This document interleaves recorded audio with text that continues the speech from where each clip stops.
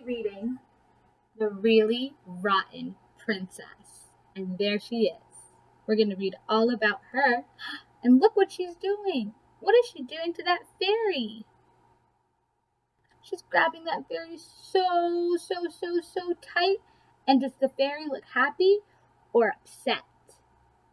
She looks upset. All right, let's read about her. Who's ready to get started? I am. Let's go to the first page. Once upon a time, about 3 weeks ago, there lived a princess named Regina. So that's Regina. Let's go to the next page. But unlike most princesses, Regina was not very nice. No, she is not very nice. In fact, she was downright rotten.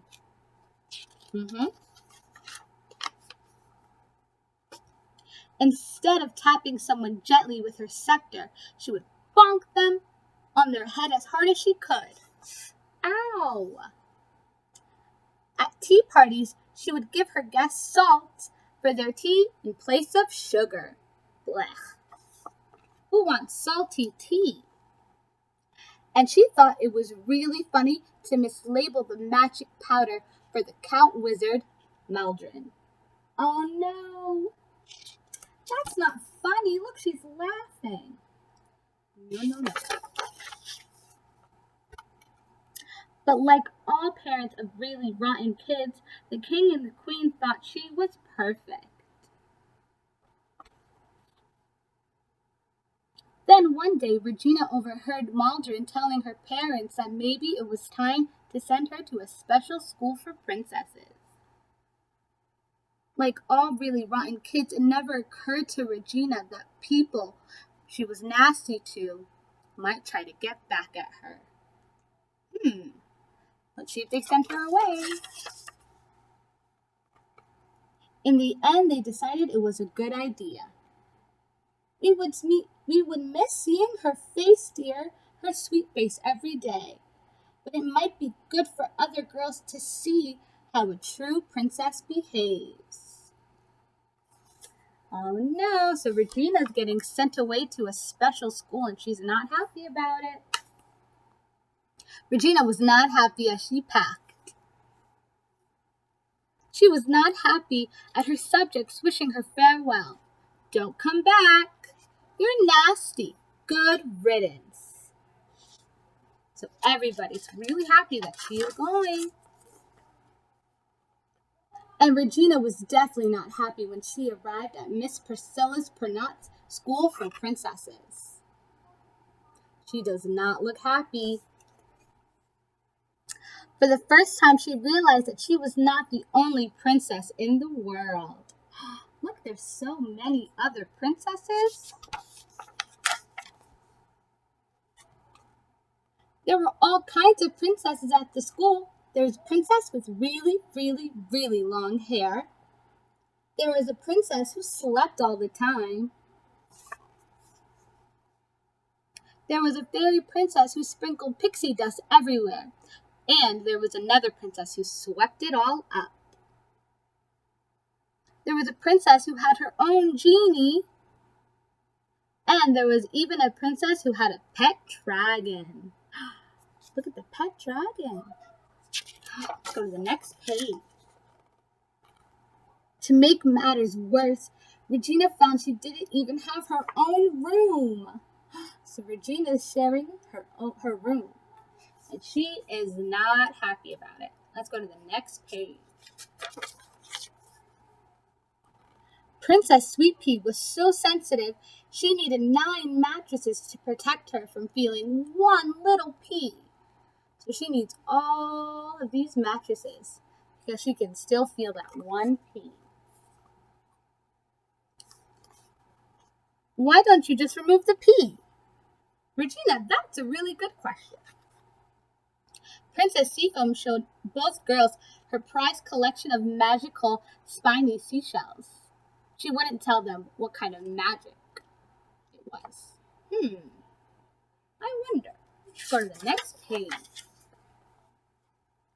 The first day of school was filled with lessons. They learned how to polish tiaras. He says, polish that. So did she learn how to polish the tiara? Nope. They were taught the proper way to address peasants. You're revolting. Not yet. They practiced spinning gold to straw. This how we pay for our tuition? And they learned the correct way to wave to their subjects. Pretend you're screwing in a light bulb. So, kind of like this. This is how you wave if you're a princess. All right, let's go to the next page. That night in bed, Regina suddenly realized she hadn't done anything rotten the entire day. So she decided to do something about it. Oh no! What do you think Regina's gonna do? The next morning, Regina moved the pea from Princess Sweet Pea's bed. She replaced it with Princess Seafoam's spiny seashells.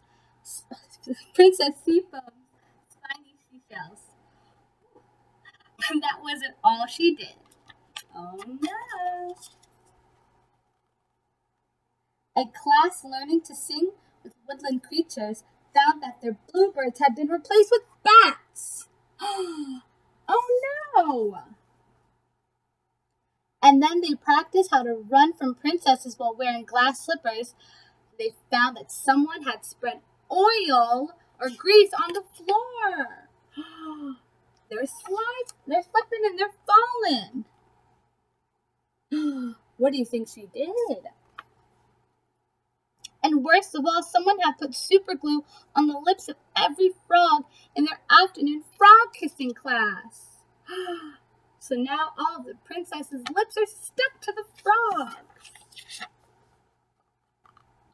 Miss Pernod announced that whoever had done these dire deeds would be punished when they got caught.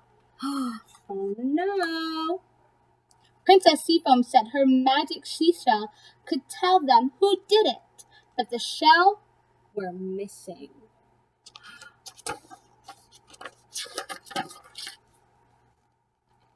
Later that night, Princess Sweet Pea found the shells. She found them because Regina put them under the mattress. The shells were magic. They answered the questions Princess Seafoam asked them, and they did. Regina did it. She's rotten, really rotten princess.